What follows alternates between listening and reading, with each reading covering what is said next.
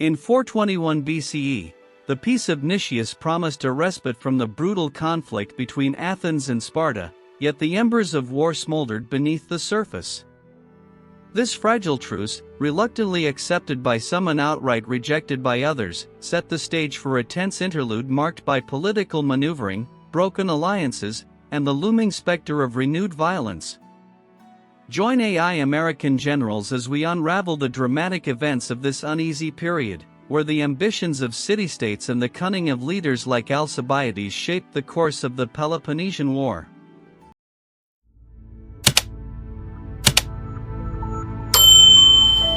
The Peace of Nicias, intended to halt the Peloponnesian War, was met with skepticism and defiance.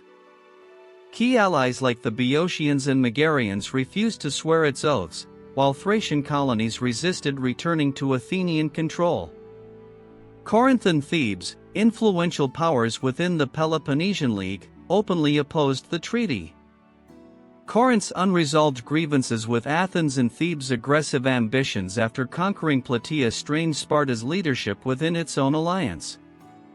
Meanwhile, Athens, under Nicias, sought stability to recover from years of conflict, but the peace was anything but secure. Sparta faced a crisis as allies like Argos and Mantinea drifted toward Athens, threatening to unravel the Peloponnesian League. Corinth, Athens' mercantile rival, escalated tensions by proposing a new coalition led by Argos, drawing in Mantinea and others. This move alarmed Sparta, as the potential loss of allies to an Argive pact jeopardized fears of geopolitical collapse. The stage was set for a power struggle that would test the resilience of the Peace of Nicias.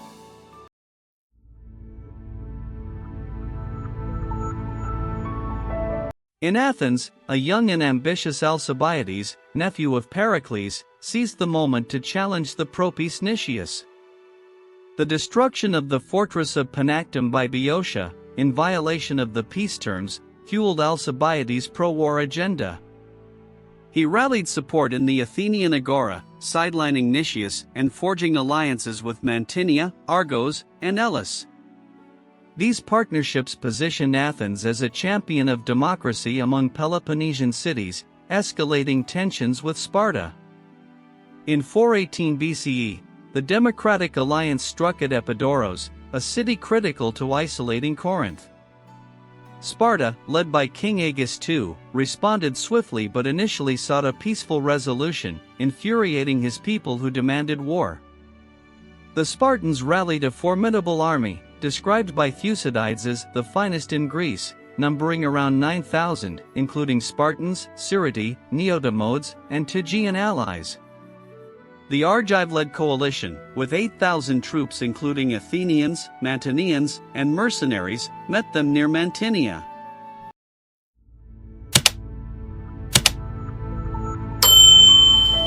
The Battle of Mantinea was a clash of strategy and brute force.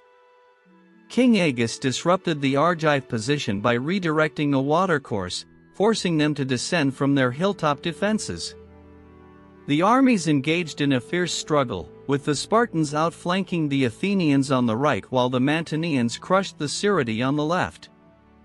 Despite heavy losses, including 700 Argives, 200 Mantineans, and 200 Athenians, King Agis held the center, preventing a complete rout.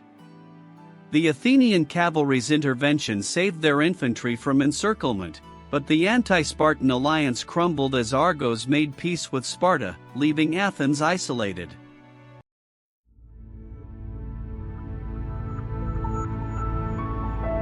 By 416 BCE, Athens' appetite for expansion grew insatiable. The island of Melos, a neutral Spartan colony, became the target of Athenian wrath. In the infamous Melian Dialogue, Athens demanded Melos surrender, asserting that might makes right. The Melians, invoking honor and neutrality, refused, trusting in potential Spartan aid. The ensuing siege was brutal. Athens blockaded the island, burned its fields, and starved its people. When Melos surrendered, Athens executed all men and enslaved the women and children, an act some historians label as genocide. This ruthless campaign reflected Athens' growing belligerence, driven by Alcibiades' ambition to conquer Syracuse in Sicily. Despite Nicias' warnings of the risks, the Athenian Agora approved the Sicilian Expedition, a fateful decision marked by ominous omens and the defacement of Athens' sacred Hermes statues.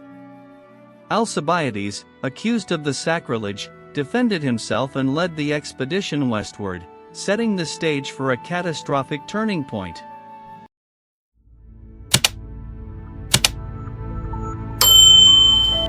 The interlude of the Peloponnesian War was no true peace but a cauldron of ambition, betrayal, and violence. The Peace of Nicias, undermined by distrust and defiance, failed to quell the rivalries that fueled the conflict. Alcibiades' rise and the Athenian aggression at Melos revealed a city emboldened by power yet blinded to the consequences of overreach. As Athens sailed toward Sicily, the defaced Hermes statues stood as a haunting symbol of a city teetering on the edge of hubris. The stage was set for a reckoning that would reshape the Greek world. Explore more of this pivotal era with AI American generals. Like and subscribe to our channel to stay updated on the next chapter of the Peloponnesian War, where Athens' doomed Sicilian expedition unfolds.